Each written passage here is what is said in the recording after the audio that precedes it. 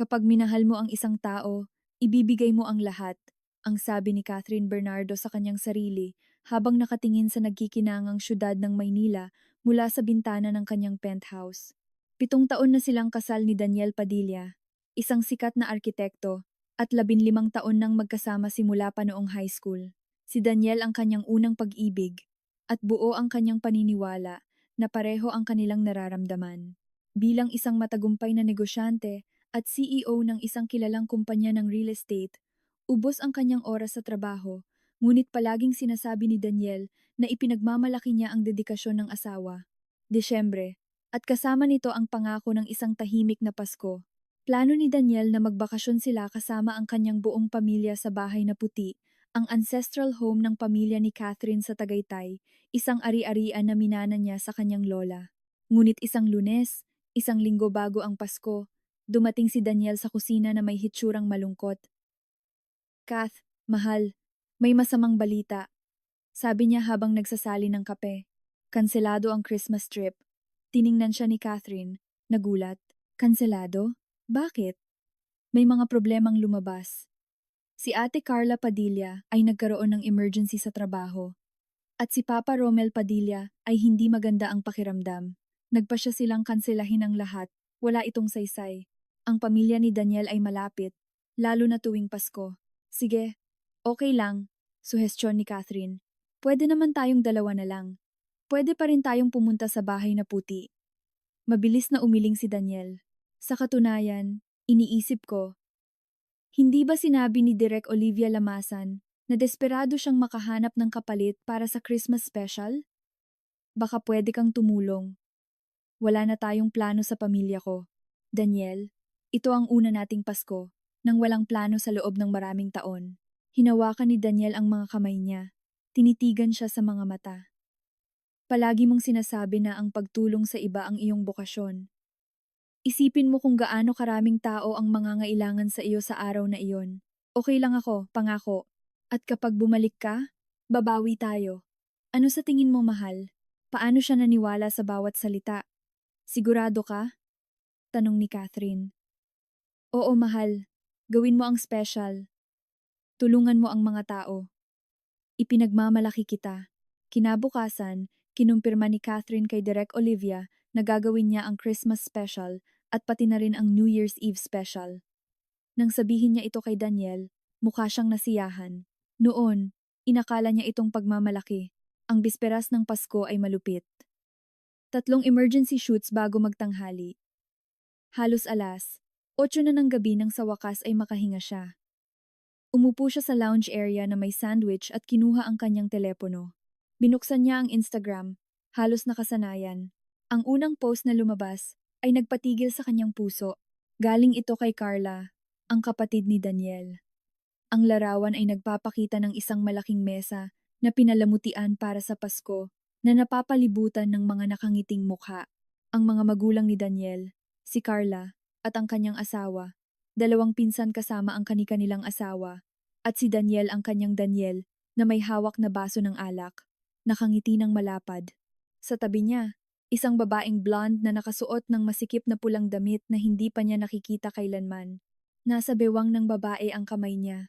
Ang caption ay nagsasaad, "Perpektong Pasko sa aming Bahay na Puti." Pamilya ay nagkaisa, masarap na pagkain, at nagbibigay pugay sa mga biyaya ng taong ito. Ang aming Bahay na Puti, ang kanyang bahay na puti, ang ari-arian niya, ang biyahe na kinansela, ang kanyang mga daliri ay gumana ayon sa instinct, nag-screenshot siya. Magandang desisyon iyon, dahil pagkatapos ng 5 minuto, nang bumalik siya sa profile nito, nawala ang larawan. Niloko siya ni Daniel ng buo at sinadya. Sino ang babaeng iyon? Sa sandaling iyon, tumunog ang kanyang pager. Emergency. Huminga siya ng malalim. 1, 2, 3. Ikinulong niya ang sakit na iyon, ang galit na iyon. Isinuot niya ang kanyang profesional na maskara. May mga buhay na nakasalalay sa kanya.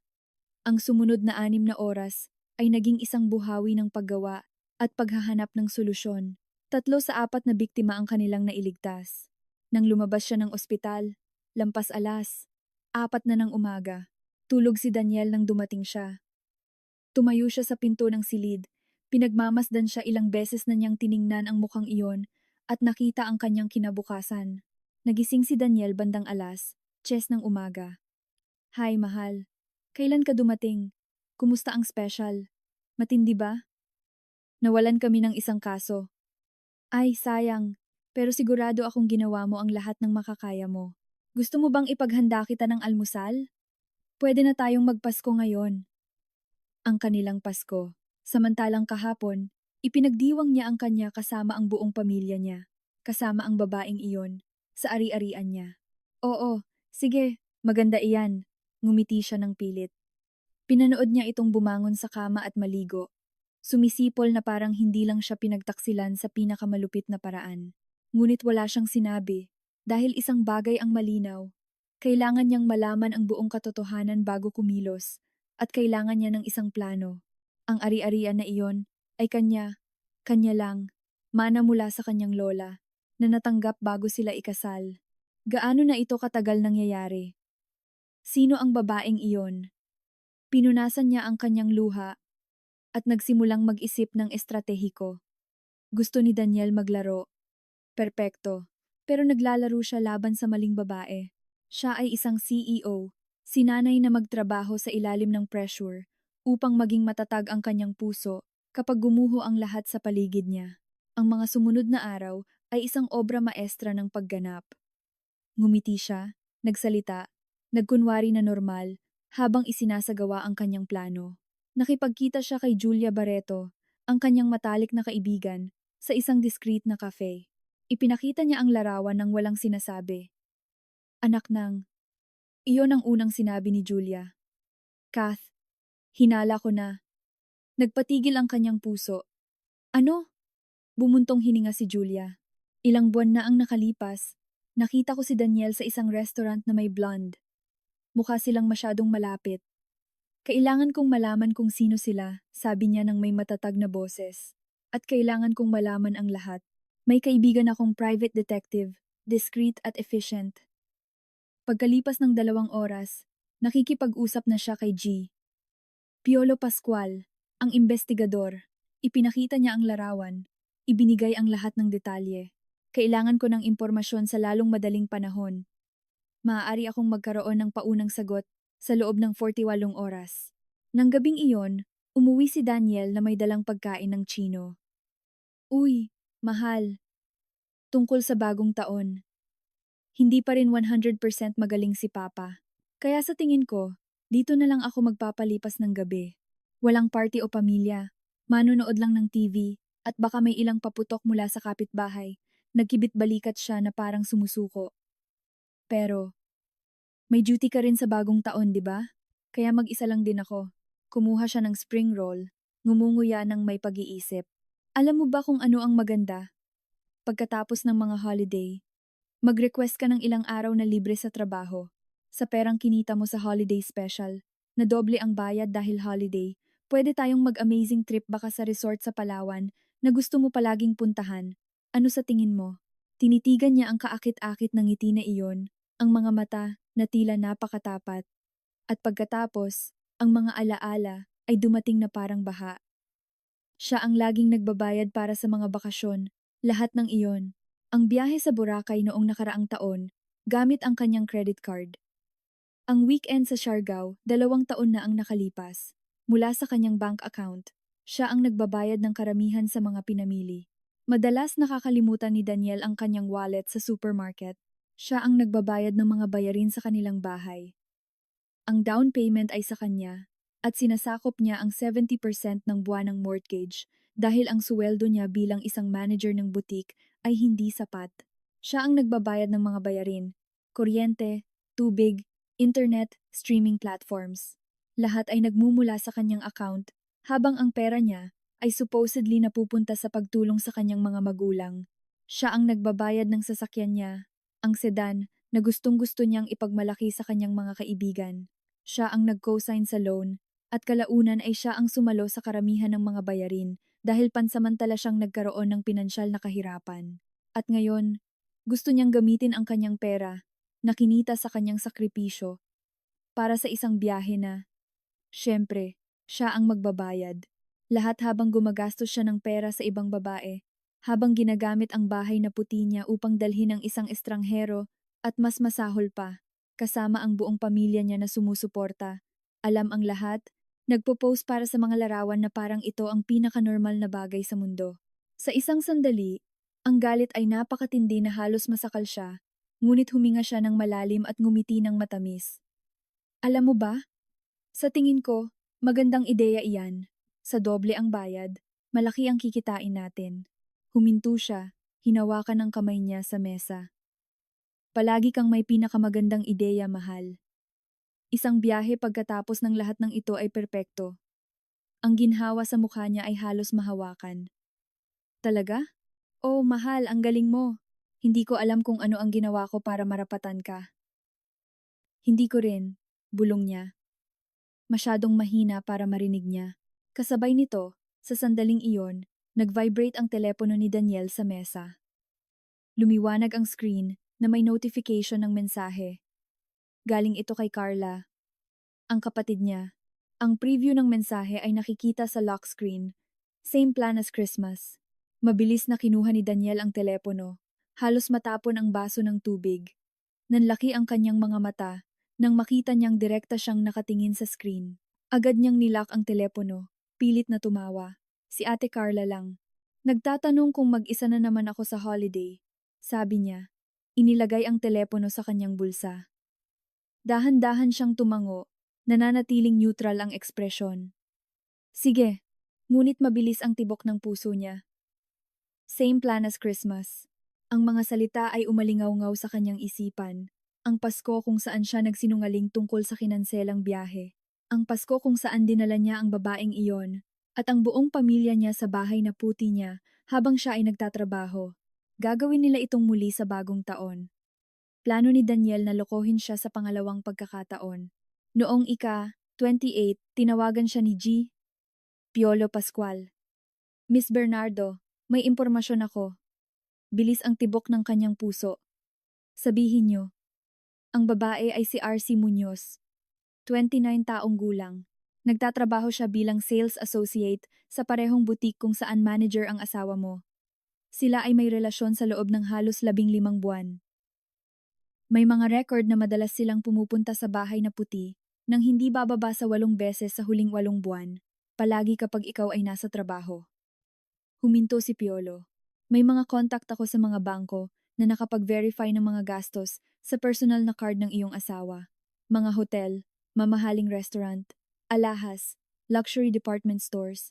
Sa huling 15 buwan, gumastos siya ng mahigit 300,000 PHP. 300,000 PHP mula sa kanyang suweldo, habang binabayaran niya ang 90% ng kanilang mga bayarin dahil palagi niyang sinasabi na gipit siya at kailangan niyang tulungan ang kanyang mga magulang. Sana ay hinimatay siya, kung hindi lang siya galit na galit. Kinabukasan, binisita niya si Attorney Gabby Concepcion, ang pinakamagaling na divorce lawyer sa syudad. Ikinuwento niya ang lahat. Ngumiti si Gabby. Hindi ito isang friendly smile. Ang bahay na puti ay minana mo, tama ba? Bago kayo ikasal. Oo, ibinigay sa akin ng lola ko 2 taon bago ko pinakasalan si Daniel. Perpekto. Ibig sabihin, ang ari-arian ay ganap na sa iyo. Walang karapatan ng asawa mo dito. Technically, ang ginawa nila ay trespass. Ikinuwento niya kung paano niya binabayaran ang 90% ng mga bayarin habang sinasabi ni Daniel na gipit siya at kung paano natuklasan ng detective na gumastos siya ng mahigit 300,000 PHP mula sa kanyang sariling suweldo kasama si RC sa huling 15 buwan. Umiling si Gabby. Kaya pala may pera siya. Pinili lang niyang gastusin sa kanyang kabit habang ikaw ang nagmamay-ari ng bahay. Ipinapakita nito ang malinaw na pattern. Ikaw ay nag-ambag nang hindi proporsyonal sa kasal habang siya ay naglihis ng mga resources. Ito ay magiging mabigat na pabor sa iyo sa paghahati ng mga ari-arian. Ang bahay na puti ay ganap na sa iyo. Prenuptial inheritance. Ang bahay kung saan sila nakatira. Ikaw ang nagbigay ng down payment at nagbabayad ng 90% ng mortgage. Mananatili rin ito sa iyo. Sisimulan ko nang ihanda ang mga papeles. Kailan mo gustong ipaalam sa kanya? Hindi pa. May plano ako para sa bagong taon. Nang matapos niyang ipaliwanag, nakangiti si Gabby. Miss Bernardo, nagkamali ka ng bokasyon. Sana ay naging abogada ka na lang. Ang susunod niyang hinto ay Sentinel Security. Makikinig ng mabuti si G. Coco Martin, ang kinatawan. Hayaan niyo akong tingnan kung naiintindihan ko. Gusto ninyong mag-install ng mga nakatagong security camera sa buong ari-arian. Isang alarm system na magdedetect ng anumang hindi autorisadong pagpasok at mag-alert sa inyo at sa lokal na pulisya. Eksakto. At kailangan itong ma-install bukas, Disyembre 30. Halos bagong taon na. Magkakaroon ng karagdagang gastos. Hindi ko alintana ang gastos, kailangan bukas. Kaya namin. Hindi malalaman ng nanghihimasok kung ano ang tumama sa kanya. Pinirmahan niya ang kontrata. OT-1000 PHP. Isang huling bagay, gusto kong maging aktibo ang sistema mula mismo sa araw ng pag-install. Kung may pumasok sa bahay na iyon nang hindi ito dinadeactivate gamit ang password, kailangan agad na tumunog ang alarma. Tatawagan muna ninyo ako. Tama? Standard protocol. Tatawagan namin ang may-ari, kumpirmahin kung ito ay tunay na instruction, at pagkatapos ay alertuhan ang mga autoridad. Noong Disyembre 30, nagmaneho si Catherine patungong bahay na puti habang tulog si Daniel. Naroon na ang team ng security company. Ginugol niya ang 3 oras sa pagsubaybay. Ang mga kamera ay maliliit, hindi nakikita. Ang alarm system ay naisama ng walang putol. Lahat ng kandado ay pinalitan. Ang sistema ay nakaprogram na automatikong mag-activate ng 6 p.m. ngayong araw, paliwanag ni Coco. Maaari mong subaybayan ang lahat ng kamera mula dito sa real-time sa iyong mobile. Perpekto. Ganap na perpekto. Bago umuwi, dumaan siya sa kanyang opisina. Nakita niya si Direk Olivia sa pasilyo. Direk Olivia, kailangan kong makipag-usap sa inyo tungkol sa New Year's Eve special bukas. Tiningnan siya nito ng may pag-aalala. May problema ba, Kath? May emergency sa pamilya. Hindi ko magagawa ang New Year's Eve special. Pasensya na sa huling minutong abiso. Sumimangot si Derek, halatang naiinis. Kath, New Year's Eve ito. Mahirap makahanap ng kapalit. Alam ko. At talagang pasensya na. Ngunit hindi ito maiiwasan. Napanatili niya ang kanyang matatag, propesyonal na tono. Bumabuntong hininga siya. Sige, kailangan kong ayusin muli ang schedule. Pero may utang ka sa akin, Kath. Salamat, Direk. Babawi ako. Nakaramdam siya ng bahagyang pagkakasala sa kanyang kasinungalingan, ngunit kinakailangan ito. Nang gabing iyon, nakahiga sa tabi ni Daniel, inulit niya sa isip ang bawat bahagi ng plano. Mga kamera na na-install, alarma na aktibo, mga kandado na pinalitan, abogado na handa, ang tanging kulang ay si Daniel na mahulog sa bitag. Happy New Year, Daniel, bulong niya sa sarili. Maalala mo ito, habang buhay, pagsikat ng araw ng Disyembre 31. Masigla si Daniel, patuloy na tinitingnan ang kanyang telepono. May problema? Tanong niya nang walang kamali-mali. Wala. Inaayos lang ang ilang bagay. Anong oras ang alis mo? Kailangan kong nasa production house ng 1 p.m. Malamang. Aalis ako dito ng tanghali. Nakita niya ang ginhawa sa mukha nito. Alas, 11:45 a.m., naghanda siya. Inilagay niya ang kanyang uniforme sa kanyang bag. Anxious si Daniel na pinapanood siya. Sigurado kang okay ka mag-isa? Oo, huwag kang mag-alala. Sa katunayan, baka lumabas ako mamaya para bumili ng ilang bagay para sa hapon manonood kami ng pelikula. Hinalikan niya ito sa pisngi. Okay, mahal kita. At maraming buhay ang iligtas. Oo, ililigtas ko ang sarili ko, naisip niya. Sumakay siya sa kotse at nagmaneho, ngunit hindi siya pumunta sa production house. Nagmaneho siya diretso sa kondo ng kaibigan niyang si Julia, na naghihintay na sa kanya na may kape at laptop na konektado sa camera system. Handa na sa palabas? Tanong ni Julia. Alas 12:03 p.m. nang makatanggap siya ng mensahe mula kay Daniel. Kakaalis ko lang papuntang supermarket. Enjoy your duty, mahal. Umirap si Julia. Sinungaling. Alas ISO 147 PM, tumunog ang alerto ng security system. Sa screen ng laptop, nakita niya ang kotse ni Daniel na nagpapark sa harap ng bahay na puti. Dalawang iba pang kotse ang sumunod. Nagbukas ang mga pinto. Lumabas si Daniel at RC mula sa unang sasakyan, kasama ang pinsan niyang si Robbie Domingo at ang kanyang asawa. Mula sa pangalawang kotse ay bumaba ang mga magulang ni Daniel, sina Tita Maricel Soriano at Tito Albert Martinez. Si Carla ay lumabas mula sa pangatlong kotse, kasama ang kanyang asawa at isa pang pinsan kasama ang kanyang asawa. May mataas na kalidad na audio ang mga kamera. Naririnig niya ang bawat salita, ng malinaw, na parang naroon mismo siya. Lumapit si Daniel sa pangunahing pinto, naghahanap sa kanyang keychain. Narinig niya ang tunog ng mga susi, pagkatapos ay ang tunog ng pagtatangka niyang ipasok ang isa sa kandado. Shit! Sa tingin ko mali ang nakuha kong keychain. Ang boses niya ay lumabas sa mga speaker ng laptop nang may perpektong linaw. Sinubukan niya ng ilang beses pa ang metal na tunog ng susi na kinakamot ang bagong kandado na hindi na kumikilala sa metal na iyon. Daniel, anong problema? Matinis ang boses ni RC. Paano ka nagkamali ng keychain? Hindi gumagana ang lahat. Baka nakadikit lang. Daniel, anong ginagawa mo? Sigaw ni RC. Kailangan kong basagin ang salamin ng likod na pinto para makapasok. Wala nang ibang paraan. Ayusin ko na lang mamaya. Hindi ako babalik sa bahay para lang sa mga susi. Daniel, hindi ito maganda. Sinimulan ng kanyang ina. Mama, okay lang ang lahat. Magtiwala ka sa akin. Binasag niya ang salamin at binuksan ang pinto mula sa loob. Sa sandaling siya ay pumasok, na-detect ng sistema ang pagpasok. 15 segundo pagkatapos, tumunog ang kanyang telepono. Miss Bernardo, may na-detect kaming pagpasok. Nasa ari-arian po ba kayo? Wala ako doon, at hindi ko inautorisahan ng sinuman. Tunay na pagpasok ito. Naiintindihan?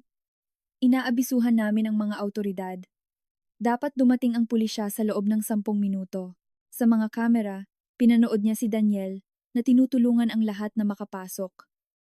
Sa loob ng bahay, nagpapakuha ng litrato si RC sa bawat silid. Halata na komportable na siya sa bahay. Daniel, ang ganda ng bahay na ito. Napakabukid at eleganteng-eleganteng. Malaki siguro ang ginasta mo. Ngayon, siguro 1 pares ng milyon ang halaga nito. Madali. Nagsinungaling si Daniel. Binili ko ito ilang taon na ang nakalipas bilang investment. Sa totoo lang, 1 pares ng milyon? Wala nga siyang kahit 1 pares ng libo. 5 minuto pagkatapos, nakita niya ang asul at pulang ilaw. 2 sasakyan ng pambansang pulisya ang dumating. Sa loob ng bahay, may sumigaw. May pulis sa labas! Agad na nagkagulo. Ano? Bakit? Tumakbo si Daniel sa bintana. Shit! Malakas na katok sa pangunahing pinto. Pulis, buksan ang pinto. Binuksan ni Daniel nang nanginginig ang mga kamay. 3 pulis ang nasa labas. Magandang hapon. Nakatanggap kami ng abiso ng trespass sa ari-arian na ito. Ako po si Daniel Padilla, pero siguro may pagkakamali. Mr. Padilla, pagmamay-ari niyo ba ang ari-arian na ito? Well, pagmamay-ari po ito ng pamilya. Pagmamay-ari ng asawa ko, ang asawa niyo. Ang ari-arian ay nakarehistro sa pangalan ni Catherine Bernardo. Siya ba ang asawa niyo? Si Archie, na nasa tabi ni Daniel, ay nanigas. Asawa? Asawa? Ang boses niya ay tumaas ng 1 oktaba. Daniel, sinabi mo sa akin na sayo ang bahay na ito, na magkahiwalay kayo. Archie, tumahimik ka, bulong ni Daniel. Nanlalaki ang mga mata sa takot. Huwag mo akong patahimikin, sinungaling na. Mr. Padilla, putol ng pulis ng mas matigas ang boses. Magtatanong ako ulit, si Catherine Bernardo ba ang asawa mo? Oo, eksakto. Iyan ang maiden name ng asawa ko. Pero tingnan nyo, siguro may mali lang. Hayaan nyo akong tawagan siya. Ipapaliwanag niya ang lahat. Kinuha ni Daniel ang telepono mula sa kanyang bulsa, nang nanginginig ang mga kamay at dinayal ang numero niya. Nagsimulang mag-vibrate ang telepono niya sa tabi niya. Tiningnan niya ito. Hinayaan niya itong tumunog, nang tumunog hanggang sa tumalon ang voicemail. Hindi niya sinasagot, sabi ni Daniel nang mas nagiging desperado ang boses. Pero dahil doktor siya, emergency surgeon, nasa duty siya ngayon sa ospital. Siguro nasa operating room siya o kung ano. Hindi niya masagot, pero sumusumpa ako na. Tiningnan ng pulis si Daniel, pagkatapos ay si RC, na nasa tabi pa rin niya, bagaman nakakrus ang mga braso at may galit na ekspresyon. Tumigas ang ekspresyon ng opisyal. Hayaan niyo akong tingnan kung naiintindihan ko, Mr. Padilla. Ang inyong asawa, na isang doktor, ay nasa ospital at nagliligtas ng buhay sa sandaling ito. Itinuro niya si RC. Habang kayo ay narito kasama ang ibang babae sa ari-arian niya? Pumuti si Daniel. Umurong si RC. Nanlalaki ang mga mata sa takot at galit. Hindi ganoon. Hindi ninyo naiintindihan. Naiintindihan ko ng perpekto, Ginoo. Lumakad ang mas matandang pulis patungo sa likod na pinto ng bahay. Pinapanood ang mga basag na salamin na nakakalat sa sahig at ang nasirang frame. Yumuko siya. Sinuri ang mga piraso. Pagkatapos, ay tiningnan niya si Daniel nang may ekspresyon na walang pagdududa kung ano ang iniisip niya. Mr. Padilla, maaari niyo bang ipaliwanag kung paano nabasag ang salamin na ito? Lumunok si Daniel. Well, hindi gumana ang susi, alam nyo? Sinubukan ko ang lahat ng pinto at hindi bumukas. Siguro, nakadikit lang ang kandado dahil sa lamig o kung ano, kaya wala akong ibang pagpipilian. Kinailangan kong basagin ang salamin para makapasok kami. Pero aayusin ko ito. Tatawagan ko ang isang glassmaker, bukas na bukas. Kinailangan mong basagin ang salamin ng pinto, inulit ng pulis ng walang inflection, ng ari-arian ng iyong asawa, na ayon sa kanya, ay hindi niya inautorisahan ang sinuman na pumasok dito. Pero may mali lang po. Alam ni Catherine na ginagamit ko ang bahay kapag wala siya. Palagi kong ginagamit ang susi. Ngayon lang hindi gumana. Mr. Padilla. Putol ng pulis ng halatang nawalan na ng pasensya. Hindi ito isang mali. Ito ay pagnanakaw na may puwersa at trespass. Bumuka ang bibig ni Daniel, isinara, at binuksan muli. Walang salitang lumabas. Bumaling ang pulis sa grupo ng mga taong nakatingin nang may lumalaking takot. Sige, kailangan ninyong lahat na lumabas ng bahay agad at magpakilala. Gagawin natin ito ng maayos. Bumuo ng isang pila. Pakiusap. Isa-isa. Lumabas sila ng bahay. Na-capture ng mga kamera ang kanilang mga mukha ng takot. Isang mas batang pulis ang may tiningnan sa kanyang computer. Sergeant, may problema tayo. Ang blonde na babae, si RC Muñoz, ay may nakabinbing warrant of arrest. Warrant of arrest? Namutla si RC. Hindi iyan totoo. RC Muñoz. Petsa ng kapanganakan. Abril 3, 1996. Oo. Ako yan. May nakabinbing warrant of arrest para sa aggravated assault. Isang insidente sa isang ex-boyfriend. Hindi siya nagpakita sa hearing. Kailangan kitang pusasan. Hindi, mali iyan. Nagtatanggol lang ako sa sarili. 2 pulis ang humawak sa kanya habang pinupusasan siya. Sumisigaw siya. Dumudura. Naninipa. Daniel! Daniel! Gawin mo. Tulungan mo ako. Nanatili siyang paralisado. Bumaling ang sergeant sa grupo. Sige. Kailangan ninyong lahat na pumunta sa istasyon ng pulisya para magbigay ng statement. Nang makaalis ang huling patrol car, pinayagan niya ang sarili na magpahinga. Nahulog siya sa sofa ni Julia. Nanginginig sa ginhawa. Wow! Sabi ni Julia. Kath, ang galing mo. At ang pag-aresto kay RC? Swerte ba iyon? O alam mo, wala akong ideya. Purong karma. Nagsimula silang tumawa. May luha sa kanilang pisngi. Tumunog ang telepono niya. Isang hindi kilalang numero. Miss Bernardo. Si Sergeant Reyes ito. Gusto ko lang kumpirmahin ang ilang detalye. Siha, Sergeant. Kinukumpirma niyo ba na hindi niyo inautorisahan ang sinuman sa 12 taong natagpuan sa ari-arian? Kinukumpirma ko. Hindi ko inautorisahan ang sinuman. Natagpuan sa ari-arian ang isang lalaking nagngangalang Daniel Padilla at ang kanyang pamilya. Sinabi niya na siya ang asawa niyo at inautorisahan niyo sila na gamitin ang bahay. Tama ba ang impormasyon na iyon? Hindi, Sergeant. Lalo na siya. Kami ay magkahiwalay at nasa proseso ng diborsyo. Ano ang mangyayari sa kanila? Si Miss R.C. Muñoz ay mananatili sa kustodiya dahil sa nakabinbing warrant of arrest. Para naman sa inyong asawa, dahil siya ang bumali ng bintana at nagbigay daan sa pagpasok ng iba, siya ay kinasuhan ng pagnanakaw na may puwersa at trespass. Mananatili siya sa kustodiya hanggang sa hearing para sa piyansa. Ang iba ay kinasuhan ng trespass, ngunit papakawalan pagkatapos ng proseso at kailangan nilang humarap sa korte sa loob ng ilang linggo. Dapat silang lumabas dito sa loob ng ilang oras. Pinroseso niya ang impormasyon.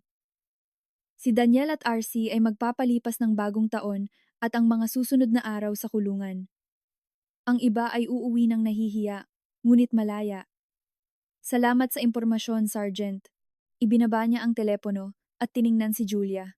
Si RC ay mananatili sa kulungan hanggang sa hearing ng kanyang kaso at si Daniel ay nasa kulungan hanggang Enero 2 kapag itinakda ang piyansa. Ang iba ay lalabas sa madaling araw. Julia, si Daniel ay magpapalipas ng bagong taon sa kulungan. Poetic. Oo nga, sagot niya. Nang may malamig na ngiti. Kinuha niya muli ang kanyang telepono at tinawagan ang kanyang abogado. Kahit na bagong taon. Catherine, okay lang ba ang lahat? Gabby, kailangan kong handa ang divorce papers sa Enero 2. Kaya mo ba? Nagkaroon ng paghinto. Ika, 2 ng Enero. Napakabilis. Pero siguro emergency ito. Magtatrabaho ako bukas na bukas. Handa na ang mga dokumento mo. Salamat, Gabby. Happy New Year din sa iyo, Catherine. At congratulations, nilaro mo ng perpekto ang iyong mga card. Nagpalipas siya ng bagong taon sa bahay ni Julia. Pinilit nito siyang manatili para maghapunan kasama ang pamilya nito. Ang mga magulang nito, 2 kapatid na lalaki at ang kanilang mga pamilya ay mainit at mapagpatuloy na mga tao na tinatrato siya ng may kabaitan nang hindi nagtatanong ng mga personal na bagay. Sa panahon ng hapunan, hindi tumigil sa pag-vibrate ang kanyang telepono. Tiningnan niya nang discreetly si Carla, ang kapatid ni Daniel. Pagkatapos ay ang kanyang ina, si Min Padilla. Ang kanyang ama, si Romel. Nagpatong-patong ang mga missed calls. Sunod-sunod ang mga text message. Binuksan niya ang mga mensahe para lang basahin ng hindi sumasagot. Carla. Catherine, sa ngalan ng Diyos, sagutin mo ang telepono. Nakakulong si Daniel. Min. Catherine, hindi ko alam kung anong mali, pero nasa kulungan si Daniel. Sinabi niya, naaayusin mo ito. Pakiusap, tumawag ka. Carla ulit. Catherine, seryoso ito. Maari siyang manatili sa loob hanggang ika. 2. Pakiusap, sumagot ka. Binasa niya ang bawat mensahe ng may neutral na ekspresyon. Tiningnan siya ni Julia ng may pag-aalala. Binobomba ka nila. Oo. Pero hindi ako sasagot. Magaling. Hayaan mo silang mag-isa. Sa hating gabi, nang sumabog ang mga paputok sa labas at nag-toast ang lahat, nag-vibrate muli ang kanyang telepono. Isa pang mensahe mula kay Min. Catherine, sumagot ka! Desperado na si Daniel. Hindi niya pinansin. Nakaramdam siya ng kakaibang kapayapaan. Nasa kulungan si Daniel. Si RC rin. Desperado ang pamilya niya. At siya ay naroon. Malaya, napapalibutan ng mga tunay na tao. Para sa mga bagong simula, sabi ni Julia habang itinaas ang kanyang baso. Para sa mga bagong simula, inulit niya. Noong Enero 1, maaga siyang nagising at nagmaneho pa uwi sa kanyang bahay. Oras na para tapusin ang trabaho. Una, tinawagan niya ang credit card company. Gusto kong i-cancel ang supplemental card na nakakonekta sa account ko. Oo, iyong nakapangalan kay Daniel Padilla. Agad-agad. Pakiusap. Maaari ko bang tanungin ang dahilan, ma'am? Naghihiwalay kami. Wala na siyang autorisasyon na gamitin ang credit ko. Naiintindihan ko, ng perpekto. Ang card ay kakanselahin sa loob ng maximum na 2 oras. Gusto niyo bang humingi kami ng bagong card number para sa inyo para sa seguridad? Oo, pakiusap. Pagkatapos, Ginugol niya ang buong araw sa maayos na pag-iimpake ng bawat gamit ni Daniel, bawat kamiseta, na nilabhan at inaplansa niya ng daan-daang beses. Bawat pares ng sapatos na iniiwan niya na nakakalat, bawat personal na gamit na bahagi ng kanilang buhay mag-asawa. Inilagay niya ang lahat sa mga organisadong kahon at itinambak sa garahe. Tinanggal niya ang mga larawan na magkasama sila, mula sa picture frame sa sala, mula sa dingding ng pasilyo, mula sa bedside table. Tinanggal niya ang mga regalo na ibinigay nito sa kanya sa loob ng maraming taon. Ang ilan ay binayaran gamit ang supplemental credit card mula sa kanyang account, ibig sabihin, gamit ang kanyang pera.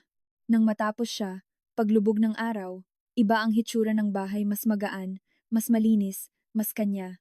Kinuha niya ang telepono at tinawagan ng isang moving company. Kailangan kong mag-schedule ng paglipat bukas. Enero 2. Anong oras po, ma'am?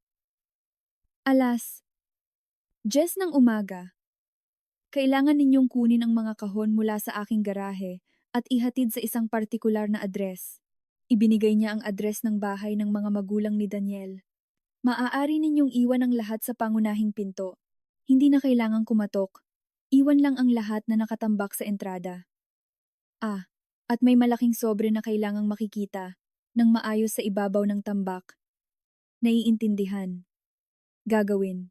Ibinaba niya ang telepono ng nakangiti. Alas 9 ng umaga, habang nasa korte si Daniel, ang kanyang mga gamit ay ihahatid sa bahay ng kanyang mga magulang. Kasama ang divorce papers na naghihintay sa kanya sa ibabaw. Perpektong timing. Malapit na siyang maligo nang tumunog ang kanyang telepono. Hindi kilalang numero. Sinagot niya ng maingat. Catherine! Catherine! Salamat sa Diyos at sinagot mo. Si Daniel iyon. Ang boses niya ay desperado, hindi na makilala. Catherine! Catherine! Kailangan mong pakinggan ako. Nagkaroon ng kakilakilabot na mali. Mabilis na lumabas ang mga salita. Pagkatapos mong pumunta sa duty, tinawagan ako ng mga magulang ko. Sinabi nila na mas magaling ang pakiramdam ni Papa kaysa dati at maganda raw kung magparty kami sa bagong taon. Nagsuggest sila na pumunta sa bahay na puti at naisip ko, bakit hindi? Nagkamali ako ng susi. Alam mo naman kung gaano ako ka-clumsy. At nang dumating kami at hindi gumana ang susi, ayaw kong pabalikin ang lahat para lang doon. Kaya nabasag ko ang salamin. Kagaguhan iyon. Alam ko. Pero hindi ko inakala na hahantong sa lahat ng ito. Inaresto ako. Mukhang may tumawag na kapitbahay. At nang tawagan ka, sinabi mo sa kanila na hindi mo pinayagan ang pagpasok, pero kami iyon. Hindi kita na abiso na pupunta kami dahil biglaan lang ang lahat. Huminto siya para huminga. Wala siyang sinabi. Nandito ako. Nakikinig. Kaya, pakiusap. Kailangan mong pumunta sa istasyon ng pulisya at sabihin sa kanila na nagkaroon ng mali, na inautorisahan mo akong gamitin ang bahay. Pakiusap, nasa kulungan ako, Catherine. Ito ay isang bangungot. Ipinikit niya ang kanyang mga mata. Ang kasinungalingan ay napakakomplikado, napakakumbinsido, kung hindi niya alam ang katotohanan, baka naniwala pa siya. Daniel, huminahon ka. Huminga. Naniniwala ka ba sa akin? Pakiusap. Sabihin mo na naniniwala ka sa akin. Naniniwala ako. Nagsinungaling siya ng malumanay. Nagkaroon ng kakilakilabot na mali. Aayusin ko ito ngayon din. Pupunta ako sa istasyon ng pulisya para bawiin ang reklamo at ipaliwanag na may pahintulot ka. Lalabas ka doon ngayon. Okay? Talaga? Totoo? Oh, Catherine. Alam ko. Alam kong maiintindihan mo ako. Ang galing mo. Palagi kang ganoon. Mahal na mahal kita. Huwag kang mag-alala. Aayusin ko ito. Ibinaba niya ang telepono at umupo sa sofa. Tiningnan niya ang paligid, ang bahay na hindi na magiging kanya. Ngunit ngayon ay nagtatago pa rin ng mga bakas ng 7 taon ng kasinungalingan. Hindi siya pumunta sa anumang istasyon ng pulisya. Pagkalipas ng 3 oras, muling tumunog ang kanyang telepono. Hindi niya sinagot. Tumunog ito ng 3 beses pa. Hinayaan niya itong tumalon sa voicemail. Sa huli, isang voicemail. Catherine, Catherine, anong nangyari? Sinabi mo na pupunta ka para ilabas ako dito. Pakiusap. Sagutin mo ang telepono. Kailangan kong lumabas dito. Pakiusap. Tinanggal niya ang mensahe nang hindi pa natatapos pakinggan. Kinabukasan, Enero 2, naganap ang hearing ni Daniel ng alas 10 ng umaga. Hindi siya pumunta, ngunit naroon si Gabby bilang tagamasid at tinawagan siya pagkatapos. Walang abogado si Daniel. Nagtalaga sa kanya ang korte ng isang public defender. Ang piyansa ay itinakda sa 100,000 PHP. Ang pamilya niya ay naroon din. Nabayaran din ang piyansa. Sinubukan ni Daniel na gamitin ang credit card, ngunit tinanggihan ang transaksyon. Sinubukan niya ng 2 beses pa. Iniisip na error ng sistema, ngunit hindi iyon. Ngumiti siya. Nalaman niya, tila wala sinuman sa pamilya ang may 100,000 PHP na available. Halata siyang nagulat nang hindi gumana ang card. Nagsimula siyang tawagan ka nang galit na galit mula sa korte. Ngunit sa palagay ko, hindi ka sumagot. Hindi. Kaya mananatili siya doon hanggang makakuha sila ng pera para sa piyansa o hanggang sa magpasya kang bayaran ito na sa palagay ko ay hindi mangyayari. Tama ang hula mo. Hindi nagtagal. Alas 11 AM. Tumunog ang kanyang telepono. Isang numero na nakilala niya. Ang kanyang biyenan. Sumagot siya. Hello? Catherine. Matigas at kontrolado ang boses nito. Sa wakas, sumagot ka. Nakakulong si Daniel simula pa noong ika-31. Nasaan ka? Nasa bahay ako, umiinom ng tsaa. Nakakulong siya, Catherine. Nakakulong dahil sa isang pagkakamali. Kailangan mong pumunta sa korte at bayaran ang piyansa niya. May pera ka ba niyan? Oo, mayroon ako. Ngunit hindi ako magbabayad. Paano mo nasabing hindi ka magbabayad? Asawa mo siya. Anong problema mo? Ang problema ko. Gusto mo ba talagang malaman kung ano ang problema ko, Min? Well, sasagutin kita. Ang problema ko ay ang buong pamilya mo. At bukod doon, asawa ko si Daniel. Handa na ang divorce papers. Hindi na problema si Daniel. Catherine, hindi ka maaring maging seryoso. Anong kuwento iyan? Nasa kulungan siya. Kailangan mong ilabas siya doon. Ikaw ang maglabas sa kanya. Anak mo siya. Bayaran mo ang piyansa niya. Sagot niya ng mahinahon. O mas mabuti pa, sabihin mo kay RC na magbayad. Sigurado akong kaya niyang isangla ang ilan sa mga mamahaling regalo na ibinigay ni Daniel sa kanya. Nagkaroon ng katahimikan. Pagkatapos RC? Sinong RC? Halos matawa siya. Seryoso, Min? Magkukunwari tayo ngayon? Si RC Muñoz, ang blonde na babae na nakasuot ng pulang damit, nakasama ni Daniel noong Pasko at Bagong Taon. Ang babaeng may relasyon siya sa loob ng mahigit 15 buwan. Ang babaeng kilala ninyong lahat. Dahil naroon kayong lahat sa 2 party na iyon, ipinagdiriwang ang kanyang pagtataksil. Isa pang mas mahabang katahimikan. Tingnan mo, Catherine. Nagbago ang boses nito. Naging depensibo. Si RC ay libangan lang para kay Daniel. Palagi kanyang minahal. Alam mo iyon. Palagi ikaw. Libangan? Lumabas ng malamig ang kanyang boses. Isang mabilis na libangan na tumagal ng mahigit 1 taon. Isang libangan kung saan gumastos siya ng 10,000 piso. Isang libangan na alam at kinukubli ng buong pamilya. Sa nakikita ko, like father, like son, palagi ng ganoon. Sumabog si Min. Palagi kang naniniwala na mas magaling ka kaysa kaninuman. Isang mayabang at mapagmataas na babae. Iniisip na superior ka dahil lang sa doktor ka. Hindi ka kailanman naging sapat para sa anak ko. Nakakatawa. Sagot niya ng mahinahon. Nasiyahan naman kayo sa lahat ng maibibigay ng mayabang na babaeng ito, di ba? Ang mga biyahe na binabayaran ko, ang mga hapunan sa mamahaling restaurant, ang mga malaking regalo sa Pasko, ang bahay na puti na gustong-gusto ninyong gamitin lahat ng iyon, gamit ang pera ng doktorang mayabang na ito. Wala siyang maisagot. Siya nga pala, patuloy niya. May sorpresa na naghihintay sa inyong pinto. Enjoy! Ibinaba niya ang telepono bago pa siya makasagot. 4 oras pagkatapos, muling tumunog ang kanyang telepono. Si Daniel iyon.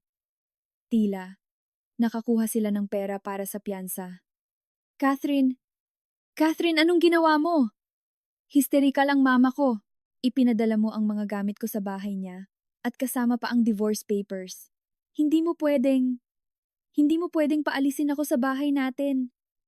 Binili natin ito ng magkasama. Hindi, Daniel. Binili ko ito. Ako ang nagbayad ng down payment.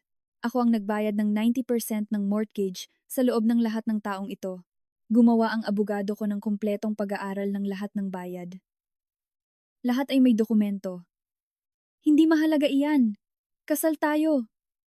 May karapatan ako. May karapatan kang tanggapin ang alok ko o pumunta sa korte at mawalan ng mas marami pa. May dokumentasyon si Gabi ng bawat sentimo na ginastos ko sa bahay, sa mga bill, sa pagkain, sa mga biyahe. Bawat sentimo na iniambag ko habang iniipon mo ang pera mo para gastusin kay RC. Kaya kong ipaliwanag ang tungkol kay RC. Hindi na kailangan. Wala akong pakialam. Tanggapin mo ang kasunduan na inaalok ko sa iyo. Babayaran kita ng iyong parte sa bahay. 5% ng kasalukuyang halaga. Mas malaki iyan kaysa sa nararapat sa iyo. Kung isa sa alang-alang na halos wala kang iniambag. 5%?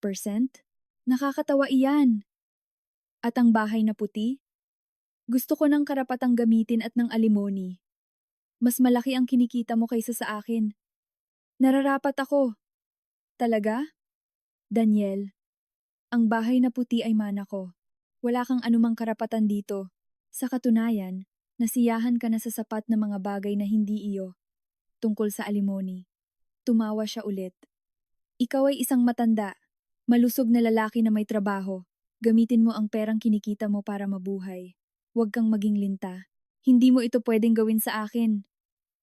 Nagawa ko na. Mayroon kang dalawang pagpipilian.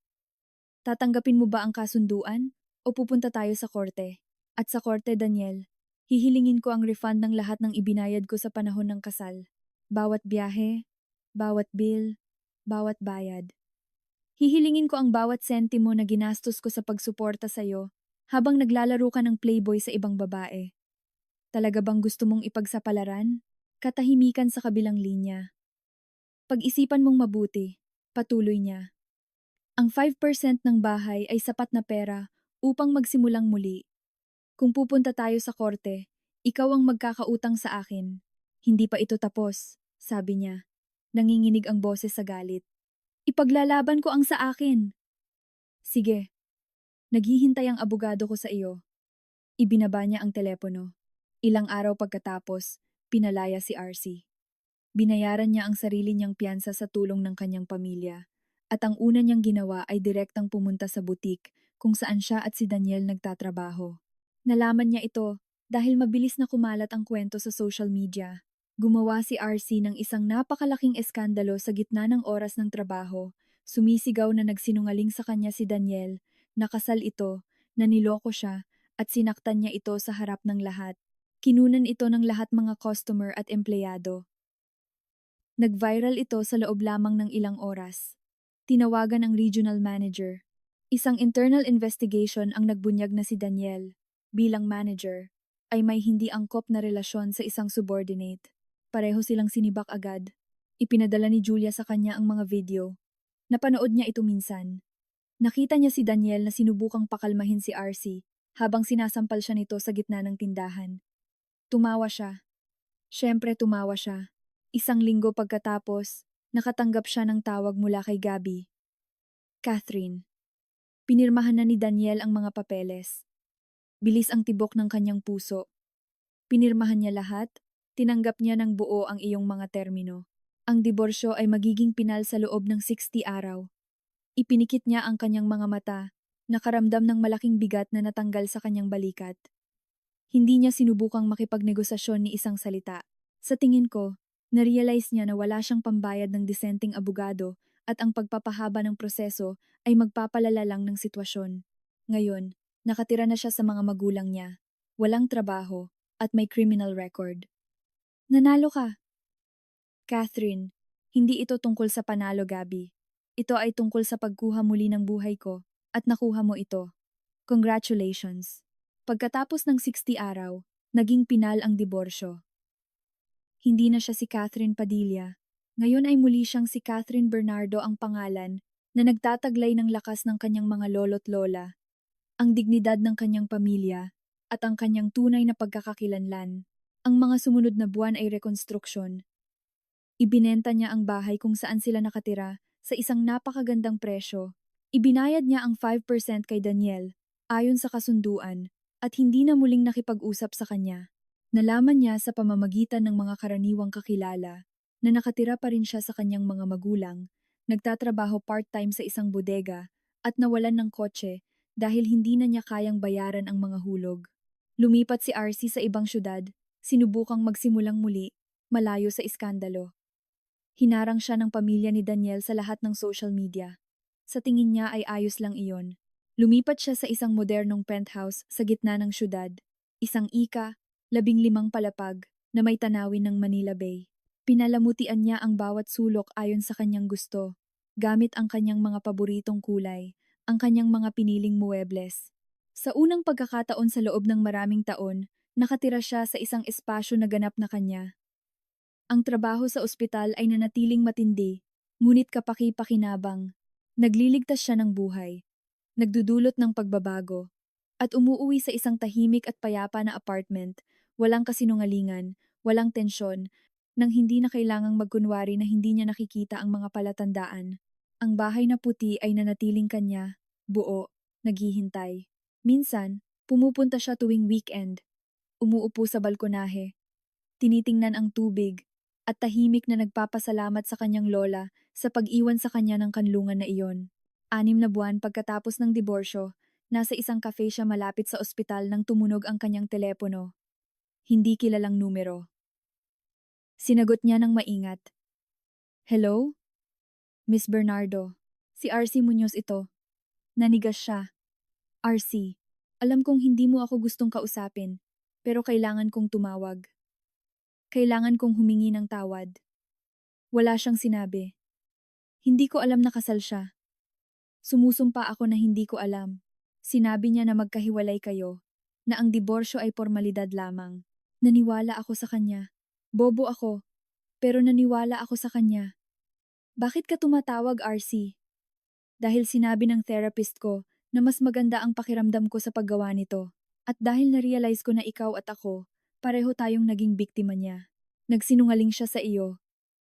Nagsinungaling siya sa akin. Ginamit niya tayong dalawa. At gusto kong malaman mo na pasensya na. Talaga.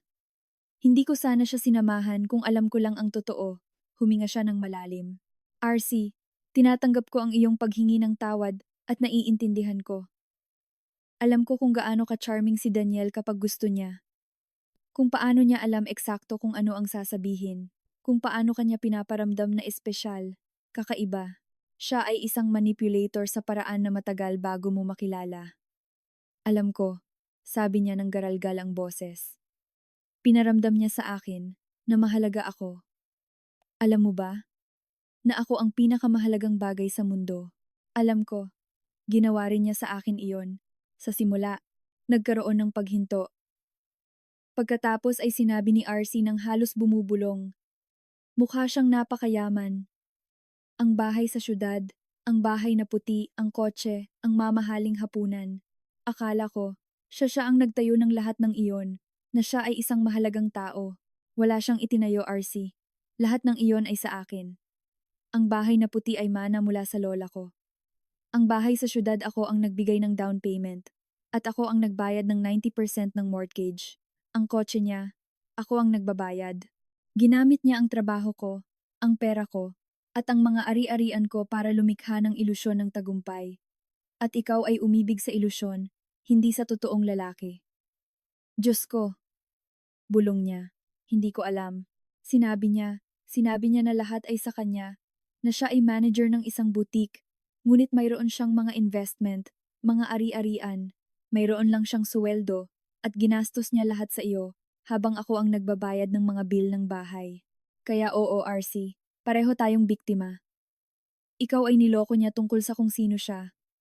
At ako ay tinraidor niya, habang sinusuportahan ko ang kanyang buhay. Pasensya na talaga, Catherine. Talaga. Alam kong pasensya ka. At tinatanggap ko ang iyong paghingi ng tawad, ngunit RC, kailangan mo ring tingnan ang sarili mo. Nabighani ka sa pera, sa status, sa mga ari-arian. Hindi ka umibig sa kung sino si Daniel talaga, isang simpleng manager ng butik. Umibig ka sa kung ano. Sa tingin mo ay mayroon siya. Katahimikan sa kabilang linya. Tama ka. Pag-amin niya sa huli. Gusto ko ang buhay na iyon. Ang estilo na iyon. At nang inalok niya sa akin iyon, hindi ako nagtanong ng masyadong marami, gusto ko lang maniwala. Kaya gamitin mo iyon. Matuto ka mula doon. Sa susunod, tingnan mo ang karakter ng tao, hindi ang kanyang ipinapakita na mayroon siya. At RC, oo, wag mo na akong tawagan.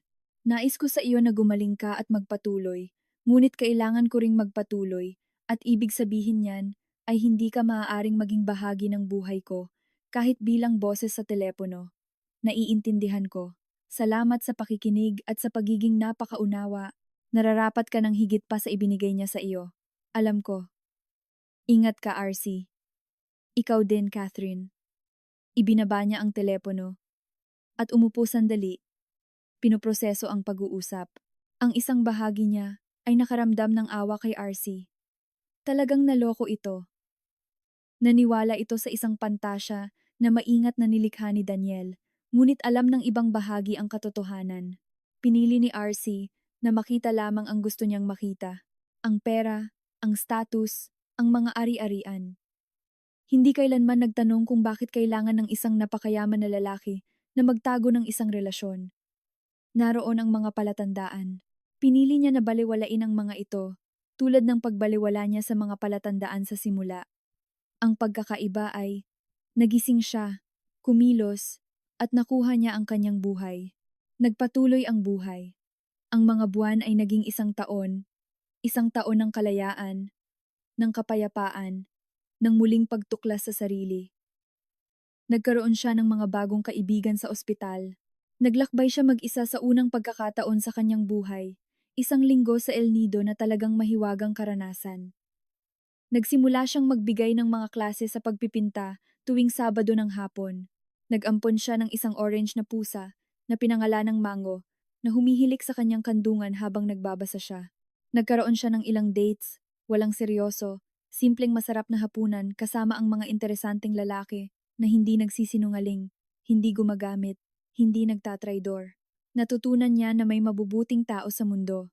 Natutunan niya na nararapat siya sa kabaitan.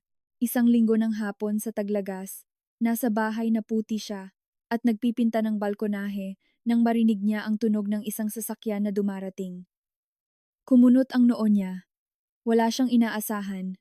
Isang Toyota Vios ang huminto sa entrada. Bumaba ang isang matangkad, atletikong lalaki na may salamin at isang mabait na ngiti. Hello? Pasensya na sa abala. Ako si Alden Richards. Kakalipat ko lang sa katabing bahay. Nagpapakilala lang ako. Bumaba siya mula sa balkonahe, pinupunasan ang kanyang mga kamay sa kanyang pantalon. Catherine Bernardo. Delightful. Ang kagalakan ay akin.